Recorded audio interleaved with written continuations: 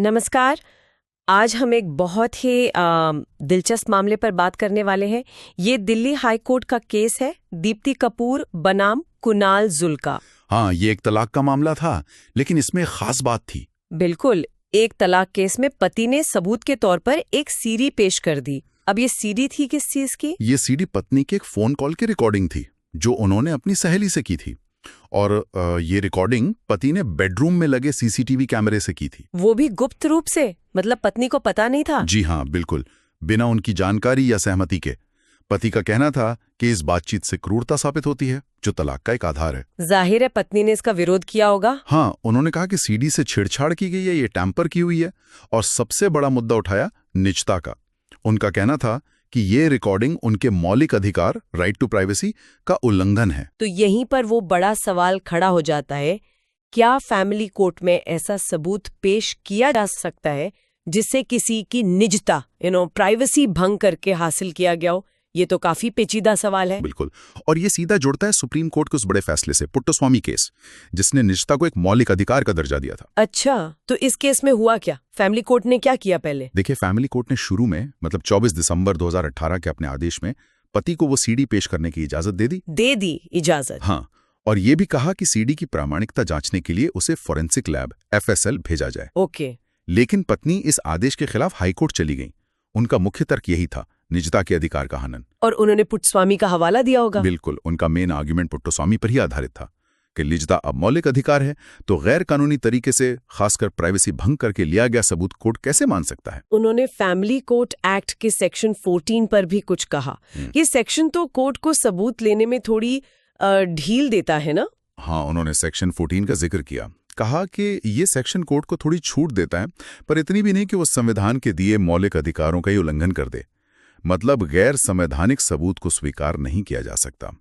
बल्कि उन्होंने ये भी पॉइंट आउट किया कि इस तरह की गुप्त रिकॉर्डिंग करना तो शायद IPC की धारा 354D, यानी पीछा करना या स्टॉकिंग के तहत एक अपराध भी हो सकता है। अच्छा, ये भी एक एंगल है। तो पति का क्या जवाब था इस पर? पति का तर्क भी मजबूत था। उन्होंने कहा कि हाँ, निजता का अधिकार महत्वपूर्ण है, पर ये असीमित नहीं है, मतलब एब्सोल्यूट नहीं है। ये बात तो खुद पुट्टस्वामी फैसले में भी मानी गई है। सही। उनका कहना था कि निजता के अधिकार को निष्पक्ष सुनवाई यानी फेयर ट्रायल के अधिकार के साथ तौलना होगा, बैलेंस करना होगा। फेयर ट्रायल का मतलब है कि हर पक्ष को अपना केस साबित करने का पूरा मौका मिलना चाहिए। और फेयर ट्रायल भी तो अनुच्छेद 21 के तहत मौलिक अधिकार है। बिल्कुल, पति ने इसी बात पर जोर दिया और उन्होंने फैमिली कोर्ट एक्ट के सेक्शन 14 का हवाला दिया। हाँ, सेक्शन 14। ये क्या कहता है? ठीक सेक्शन 14 फैमिली कोर्ट को ये खास शक्ति देता है कि वो विवाद सुलझाने में मददगार कोई भी रिपोर्ट, स्टेटमेंट, दस्तावेज या जानकारी, मतलब कोई भी सबूत ले सकता है, भले वो इंडियन एविडेंस एक्ट के तहत पूरी तरह से रेलेवेंट या एडमिसिबल हो या ना हो। हाँ, यही खास बात है। सेक्शन 14 कहता है कि फैमिली कोर्ट सबूत के उन सख्त नियमों से बंधा नहीं है जो सामान्य सिविल या क्रिमिनल कोर्ट में लागू होते हैं। अगर कोर्ट को लगता है कि कोई चीज केस समझने या सुलझाने में मदद कर सकती है, तो वो उसे देख सकता है। तो फैमिली कोर्ट ने अपने शुरुआती आदेश में क्या कहा था? क्या उन्होंने माना था कि प्राइवेसी का उल्लंघन हुआ है? हाँ, दिलचस्प बात यह है कि फैमिली कोर्ट ने अपने आदेश में ये माना था कि रिकॉर्डिंग से निजता का उल्लंघन तो हुआ है, लेकिन उन्होंने कहा कि पुट्टस्वामी फैसले में ये नहीं बताया गया है कि ऐसे सबूत स्वीकार्य हैं या नहीं। अच्छा।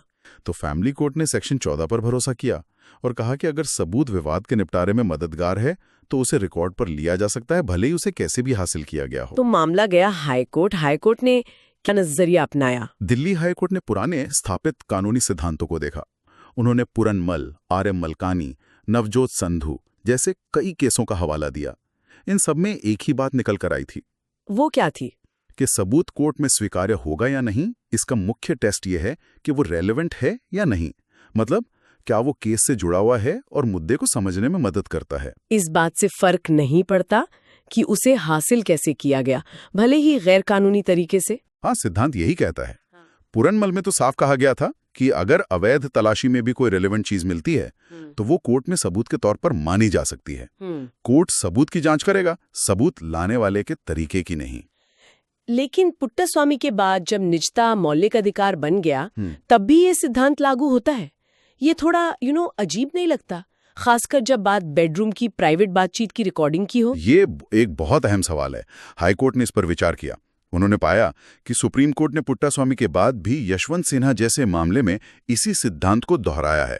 हाँ। मतलब रेलेवेंसी वाला टेस्ट अभी भी कायम है। अच्छा। और खास तौर पर फैमिली कोर्ट के लिए हाईकोर्ट ने बॉम्बे हाईकोर्ट के दीपाली लोखंडे केस का भी जिक्र किया। उसमें कहा गया था कि फैमिली कोर्ट एक्ट का सेक्शन 14 एक विशेष कानून है और यह सामान्य एविडेंस एक्ट पर भारी पड़ेगा। मतलब इसका ओवरराइडिंग इफेक्ट है। बिल्कुल। सेक्शन 20 भी यही कहता है। इसका मकसद ही यही है कि पारिवारिक विवादों जैसे संवेदनशील मामलों में प्रक्रिया और सबूत के नियमों को सरल बनाया जाए ताकि कोर्ट आसानी से और प्रभावी ढंग से न्याय कर सके। तो हाईकोर्ट का निष्कर्ष क्या निकला? मोटा मोटा हाईकोर्ट का निष्कर्ष ये था कि हालांकि निजता एक मौलिक अधिकार है, लेकिन ये निरपेक्ष यानी एब्सोल्यूट नहीं है। जब इसका टकराव निष्पक्ष सुनवाई के अधिकार से होता है, खासकर फैमिली कोर्ट जैसी विशेष अदालत में जहां सेक्शन 14 लागू होता है, तो निजता के अधिकार को शायद थोड़ा पीछे हटना पड़े। तो मतलब वो सीडी स्वीकार्य मानी गई? हाँ, हाईकोर्ट ने कहा कि फैमिली कोर्ट का आदेश सही था। सीडी को सबूत के तौर पर रिकॉर्ड पर लिया जा सकता है, बशर्ते वो एफएसएल जांच में सही पाई जाए और फैमिली कोर्ट को लगे कि वो केस सुलझाने में रेलेवेंट और मददगार है। लेकिन कोर्ट ने कुछ सावधानियां बरतने को भी कहा होगा। ये तो नहीं कि अब कोई भी किसी की भी रिकॉर्डिंग करके कोर्ट में ले आए। नहीं, बिल्कुल नहीं। हाईकोर्ट ने इस बारे में चेतावनियां दी। पहली बात, सबूत स्वीकार होने का ये मतलब नहीं कि जिसने गैरकानूनी तरीके से रिकॉर्डिंग की उसकी कोई जिम्मेदारी नहीं बनती। उस व्यक्ति पर सिविल या क्रिमिनल कार्रवाई अलग से हो सकती है। अच्छा, ये जरूरी पॉइंट है। दूसरी बात, कोर्ट को टेप रिकॉर्डिंग जैसे सबूतों से बहुत सावधान रहना चाहिए, क्योंकि इनमें छेड़छाड़ करना, एडिटिंग करना आसान होता है। तो उनकी प्रामाणिकता, उनकी ऑथेंटिसिटी साबित करने के लिए बहुत कड़े मानक अपनाने होंगे, जैसे कि एफएसएल जांच जरूरी है। और कुछ? हाँ, तीसरी बात, कोर्ट को निजता की रक्षा करने की भी कोशिश करनी चाहिए। अगर मामला बहुत संवेदनशील है तो कोर्ट इन कैमरा सुनवाई कर सकता है, यानी बंद कमरे में, या फिर रिकॉर्डिंग में शामिल लोगों की पहचान छिपाने के लिए एनोनिमाइजेशन जैसे तरीके अपना सकता है। तो कुल मिलाकर दिल्ली हाईकोर्ट ने फैमिली कोर्ट के आदेश को सही ठहराया। सीडी को सबूत माना जा सकता है एफएसएल जांच के बाद अगर वो रेलेवेंट है और सेक्शन 14 के तहत मददगार है, भले ही उसे प्राइवेसी का उल्लंघन करके क्यों ना हासिल किया गया हो। हाँ, कानूनी तौर पर स्थिति यही बनी, लेकिन ये फैसला एक बहुत गहरा सवाल छोड़ जाता है। देखिए, एक तरफ तो कानून है जो चाहता है कि सच सामने आए, निष्पक्ष सुनवाई हो और इसके लिए सबूत जरूरी हैं। दूसरी तरफ विवाह जैसा रिश्ता है जो बहुत ही निजी होता है।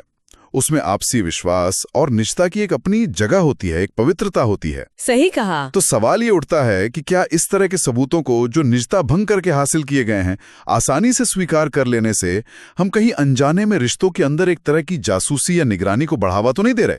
क्या इसका गलत इस्तेमाल नहीं हो सकता? ये वाकई सोचने वाली बात है। क्या कोर्ट ने इस पर कुछ कहा? हाँ, हाईकोर्ट ने खुद अपने फैसले के आखिर में पैरा 37 में इस नैतिक दुविधा पर चिंता जताई है। उन्होंने माना कि ये एक मुश्किल संतुलन है। तो ये एक ऐसा मुद्दा है जिस पर शायद हमें समाज के तौर पर और कानूनी दायरे में लगातार सोचने की जरूरत है कि कहाँ तक हम सबूत के लिए जा सकते हैं और कहाँ निजी रिश्तों की सीमा शुरू होती है। बिल्कुल, एक बहुत ही विचारणीय बिंदु पर आपने बात खत्म की। तो आज के लिए बस इतना ही। धन्यवाद।